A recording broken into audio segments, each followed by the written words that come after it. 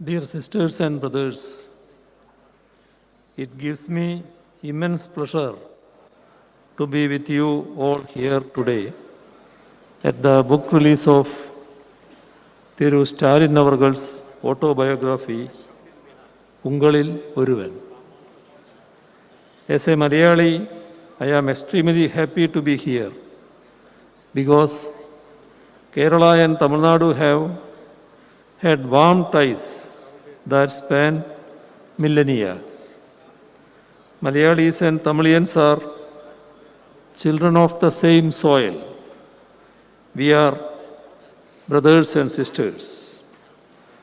Thiru Stalin Avargal has always been keen to ensure that our fraternal bonds are further strengthened. In all matters regarding both states, he has tried to ensure that the interests of both Kerala and Tamil Nadu are secured. On behalf of Keralites, our government has also tried to ensure the same. I hope that our people's relationship as siblings can be enriched further so that the people of our country benefit. To me, this book release ceremony is a means to ensure that, along with paying respects to the man of letters that Thiru Stalin Avargal is. Ever since its inception, the Dravidian movement has played a key role in questioning dominant narratives and championing the cause of the marginalized and regions. It has also stood against superstitions and malpractices as a torchbearer of logic, reason, and scientific temper, protecting and strengthening the multicultural and plural outlook of the Indian society, and enriching mother tongues have also been primary concerns of the Dravidian movement. In some senses, this glorious legacy of Dravidian politics mirrors the Renaissance movements that had emerged in various parts of our country. As far as the DMK is concerned, it has been committed to take this heritage forward. Much like it had in Kalaignar Karunanidhi, in Thiru Stalin Avargal, the DMK has an able and seasoned leader who has risen from within the ranks of the party and can take it forward, battling the present challenges that our polity and society face. He spent several years as a youth leader before becoming a state-level leader and ultimately taking over the reins of the party. Even as an elected representative, he started right from the grassroots in the Chennai Corporation.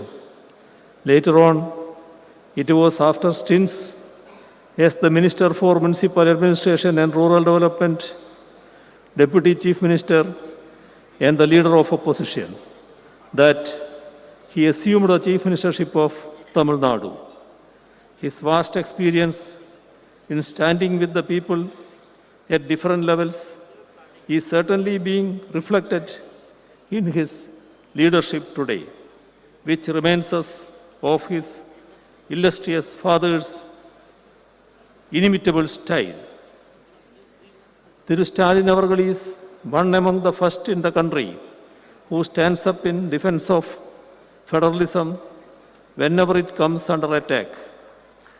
When the rights and powers of states are sought to be trampled upon, he stands unflinchingly to secure them.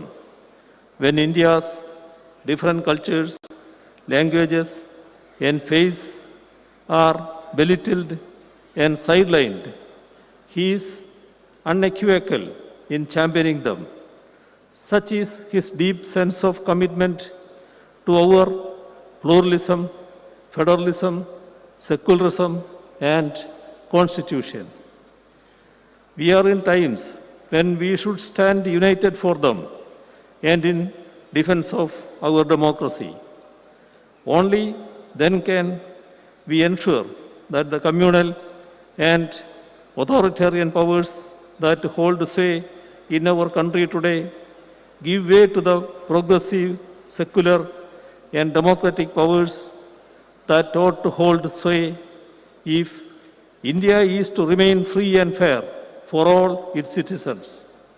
I am sure that he will continue to fight for the same in the times to come too. Both Thiru Stalin Avargal and I had been imprisoned under draconian laws and tortured during the emergency. As people who have been deprived of our basic freedoms for standing up against injustices, fighting for the freedom of those who have been oppressed by the system comes naturally to us. This has been reflected in his interventions for the backward communities and students. He has been in the thick of coordinating the fight against those who are misusing the system to divide us and oppress us. And in that joint fight, he has displayed statesmanship by bringing more allies into its fold and accommodating them based on ground realities.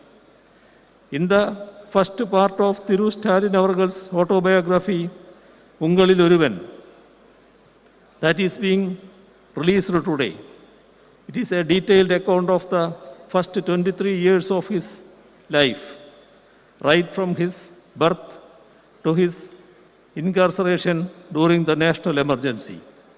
The household he was born and brought up in, his schooling and college days, his interactions with Periyar and Anna, his early political activism as a student, his initial stints with theatre and cinema, his use of theatre forms of political campaigns, the formation of the DMK's youth wing, his local level work for the DMK, and his election to local level leadership of the party, and his wedding have been detailed over 27 chapters.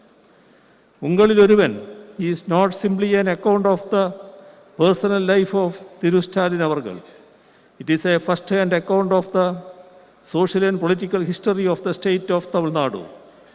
It gives us a glimpse of the literacy and cultural activism that is intertwined with Dravidian politics. It gives us an insider's take on how Dravidian politics made inroads into the youth and students of Tamil Nadu. It offers insights on the idea of self-respect, a cornerstone of the Dravidian movement. It delves into the struggles organized to protect one's mother tongue and freedom as well, with the churnings in India's polity and society during the 1960s and 70s. Let me conclude by reciting the stage the Sikh poet Tiruvallur. Let me remember Tiruvallur, a man with a loving heart belongs to another person. I am quoting Tiruvallur. A man with a loving heart belongs to another person. Love allows him to extend life beyond its limits. If you go through this autobiography, I am sure you will find a great man who has immense concern for his fellow beings. His love, concern, and affection towards the people truly get reflected in this book. Without an iota of doubt, I can say that Thiru Stalin Avargal belongs not just to him alone, but to the society as a whole. It is against this backdrop that the title of the book, Ungalil Oruvan, becomes meaningful in every sense. As someone who has always tried to read as many books as possible, I can undoubtedly say that I am eagerly waiting for the subsequent parts of Ungalil Oruvan. Part 1 certainly provides a sneak peek into what is to follow. By reading this book, one will be touching the man, Stalin Avargal. I hope that this autobiography, which makes a good read, will be well received by the public. I express my gratitude for inviting me also to be a part of this book release ceremony and convey my best wishes to the author, Brother Stalin. I gather that it is his birthday tomorrow. Let me also extend advance birthday greetings to him. Thank you. ஈழ ஆதரவு விடயத்திற்காக ஜெயலலிதா அம்மையாரின் ஆணைக்கிணங்க அல்லது ஆசைக்கிணங்க பொடா வழக்கில் சுபவி அவர்கள் சிறையில் இருந்தபோது அங்கிருந்த ஒரு சிறை கைதியின் கதைதான் இந்த நாவல். இடைவேளை. விலை ரூபாய் 200 மட்டும். 2022 ஆண்டு சென்னை புத்தக கண்காட்சியில் கருஞ்சட்டை பதிப்பகத்தின் அரங்கு எண் 41 மற்றும் 42 கிடைக்கும். மேலும் விவரங்களுக்கு திரையில் தெரியும் தொலைபேசி எண்களை தொடர்பு கொள்ளுங்கள்.